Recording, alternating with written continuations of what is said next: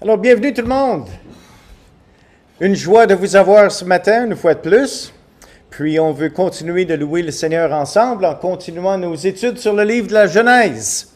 Et nous en sommes à Genèse chapitre 40 ainsi que Genèse chapitre 41. Une petite révision. Ce chapitre 40 et 41 vient dans une section de Genèse 37 à 45. Et nous avons vu dans le passé le manteau que le père de Joseph lui a donné et que ce manteau lui avait été finalement enlevé par ses frères et l'avait envoyé dans un puits. Dans Genèse 38, c'était comme une parenthèse dans cette histoire de Joseph pour nous donner un peu d'informations concernant son frère Judas. Alors que Genèse 39, nous avons vu le manteau que Potiphar a donné à Joseph, qu'il l'a finalement envoyé en prison, parce que la femme de Potiphar lui avait enlevé son manteau en l'accusant injustement. Et finalement, dans Genèse 41, que nous allons voir également ce matin, le manteau que Pharaon lui a donné lorsqu'il a été élevé au pouvoir. La dernière fois, nous avons étudié les traits de caractère d'un enfant de Dieu, et nous avons vu ces 4 traits de caractère. L'humilité qui était enveloppée dans un esprit de douceur. La douceur, c'est quand même quelque chose.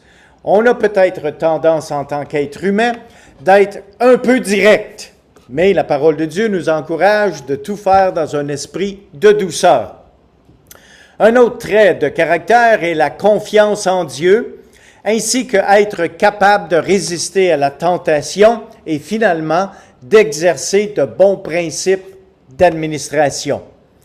Ce qui nous amène aujourd'hui dans notre texte qui est Genèse chapitre 40 ainsi que 41. Aujourd'hui, notre étude portera sur les souffrances que Joseph a dû endurer pendant qu'il était en prison et comment Dieu a choisi d'utiliser ces souffrances pour le former et le préparer pour une position de pouvoir. Si vous avez remarqué les cantiques qui ont été sagement choisis ce matin, ces cantiques parlaient beaucoup de souffrance. Avez-vous déjà passé à travers une souffrance injuste? Quelqu'un qui vous a fait subir quelque chose et qui vous a vraiment fait du mal. Eh bien, les souffrances injustes sont parmi les épreuves les plus dures auxquelles nous pouvons faire face dans notre vie chrétienne. Certains ressortiront de ces expériences de douleur avec une foi plus ferme et inébranlable, alors que d'autres en ressortiront avec des expériences qui n'auront produit que de la cendre. Eh bien, ces expériences douloureuses de la vie ne sont pas planifiées ou désirées et il est impossible de les éviter. Ces expériences douloureuses ne sont pas envoyées de Dieu pour nous discipliner, mais sont permises par Dieu pour nous former vers l'accomplissement d'une tâche spéciale et unique. Comment expliquer que de mauvaises choses arrivent à de bons chrétiens? Une femme chrétienne battue, est-ce que ça se peut? Oui. Une jeune femme qui fait une fausse couche. Un époux, une épouse qui est abandonnée par un partenaire infidèle et qui doit élever sa famille seul. Un conducteur en état d'ébriété qui cause un décès parmi une de nos belles petites familles chrétiennes. Une jeune fille sexuellement abusée par un membre de sa famille. Une vie qui a été détruite par le placotage d'un bon chrétien. La plus grande épreuve dans notre vie chrétienne sera notre attitude face à des expériences douloureuses qui sont de toute évidence injustes. Quelle est notre attitude face à une situation injuste? Quelle est notre attitude lorsque les actions d'autrui sur lesquelles nous n'avons aucun contrôle nous causent une perte de liberté et de dignité personnelle? C'est exactement ce que Joseph a souffert. Nous avons quelques scènes devant nous, spécialement celle de Genèse, Genèse chapitre 40. Et j'aimerais qu'on puisse lire dans quelques instants les premiers versets. Eh bien, dans Genèse 40, Dieu utilise la prison pour préparer Joseph. Wow! La prison pour former un individu pour une tâche spéciale. Étant donné que maintenant Joseph se retrouve en prison, il y a 2 nouveaux prisonniers qui arrivent à la prison où Joseph travaillait. Souvenez-vous maintenant que Joseph était devenu un homme tellement fiable que le geôlier lui avait donné la tâche administrative de gérer la prison. C'est quand même une position importante. Et nous lisons ce qui se déroule dans Genèse 40, versets 1 à 3.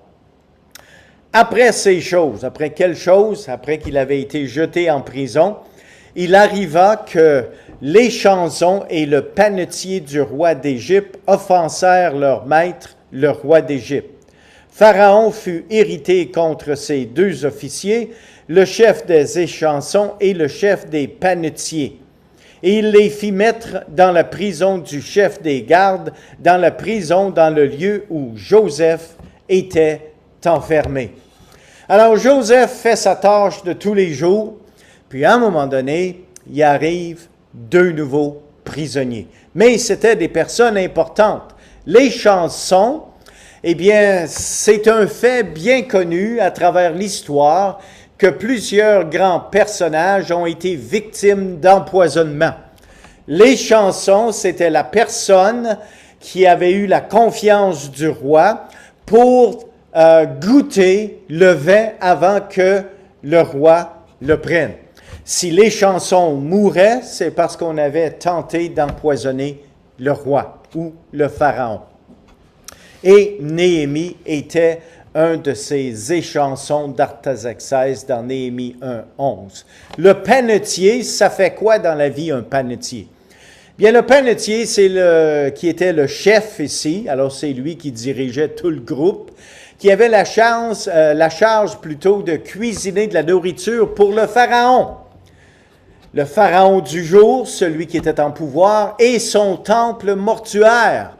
Alors, toute la famille de Pharaon qui était décédée, il était dans une place spéciale. Le chef des panetiers et son groupe de cuisiniers devaient cuisiner non seulement pour le Pharaon vivant, mais pour toute sa famille qui était morte, afin de s'assurer du bonheur des morts.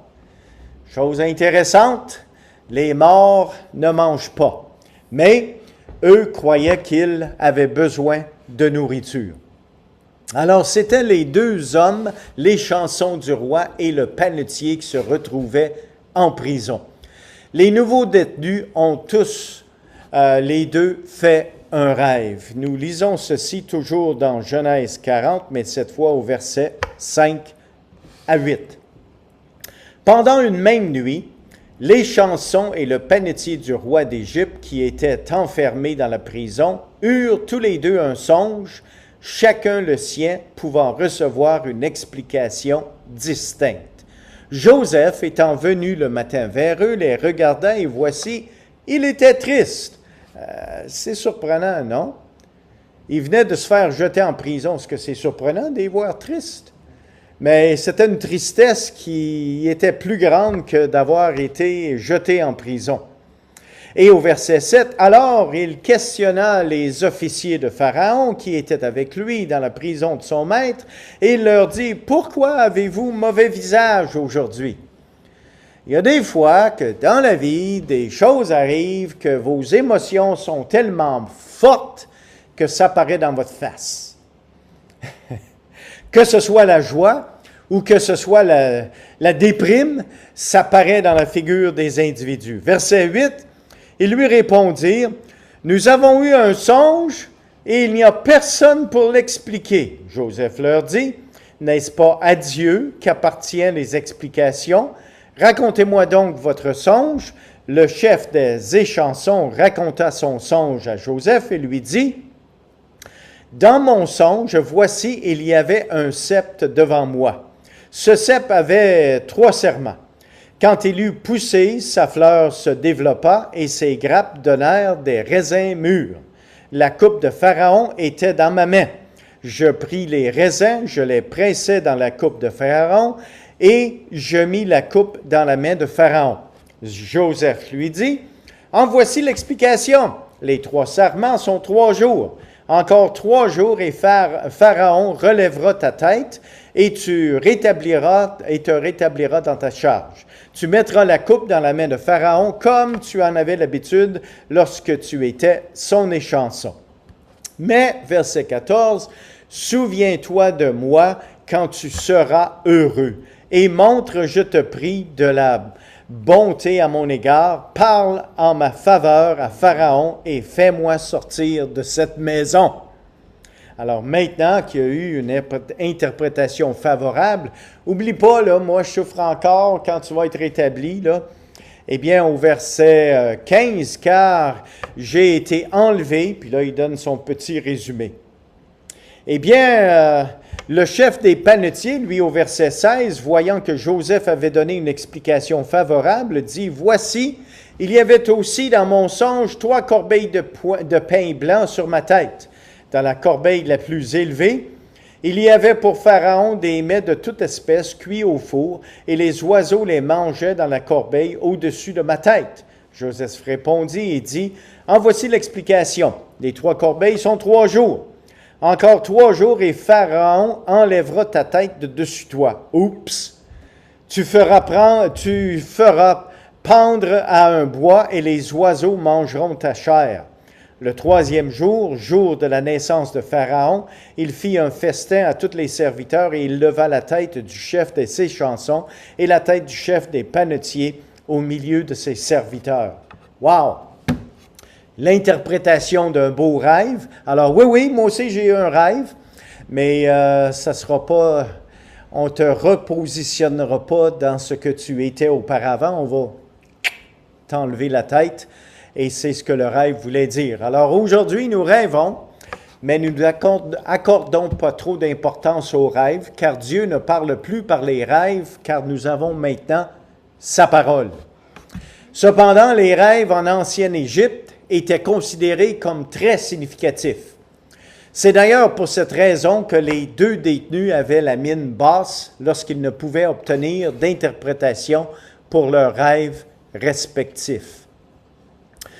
Dans certains des commentaires, un a dit en particulier, même si Israël partageait avec ses voisins païens une croyance dans la réalité des rêves comme un moyen de communication divin, cette croyance ne s'est jamais développée comme en Égypte et en Mésopotamie, qui ont été développées une classe d'interprètes professionnels, ceux qui avaient la profession d'interpréter les rêves. Ça, c'était plutôt en Égypte et en Mésopotamie. Dans toute la Bible, seulement 2 individus furent impliqués dans l'interprétation des rêves, Joseph et Daniel. Ce qui est intéressant, c'est que ces 2 hommes servirent des rois païens. Un était roi d'Égypte alors que l'autre était un roi de Mésopotamie. Exactement l'endroit où l'omniromancie. L'omniromancie, c'est la divination par les rêves qui fleurissait. En plus, Joseph tenait à préciser que la capacité d'interpréter les rêves venait de Dieu et n'était pas innée. Et ça, c'est ce que Joseph a dit à Pharaon. Alors évidemment, l'interprétation a été valide.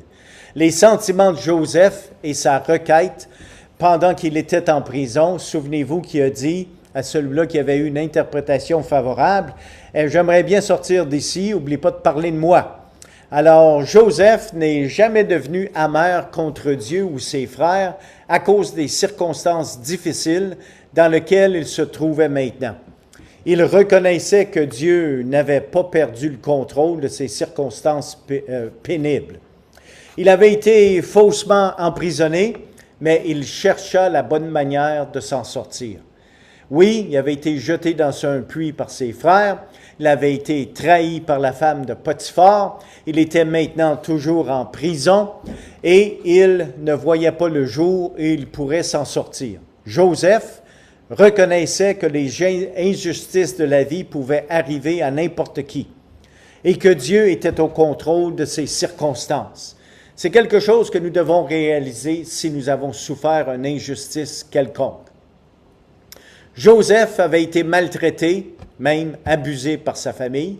Imaginez-vous vos frères qui vous lancent dans le puits. Il avait souffert la perte de sa liberté personnelle. Il avait été vendu en esclavage. Il était maintenant emprisonné. Il avait été faussement accusé par la femme de Potiphar et endurait encore depuis 13 ans des injustices et des circonstances indésirables et pénibles. Nous savons que c'était 13 ans de souffrance et d'injustice, mais lui ne le savait pas, simplement parce que nous avons lu le reste de l'histoire. Ce n'est jamais justifiable de corriger une injustice qui vous a été faite par une autre injustice. Ça fait partie de la nature humaine. Quelqu'un vous fait mal, vous voulez qu'il souffre. Mais ce n'est pas la manière de Dieu de résoudre les conflits. C'est indispensable d'avoir une conscience claire dans des circonstances difficiles.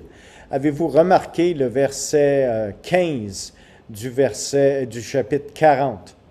« Car j'ai été enlevé du pays des Hébreux, et ici même je n'ai rien fait pour être mis en prison. » Alors il savait que tout ce qu'il souffrait, c'était simplement une injustice que quelqu'un d'autre lui avait fait. Mais il ne cherchait pas une revanche. C'est important d'attendre le calendrier divin pour notre délivrance plutôt que de suivre le calendrier de nos émotions.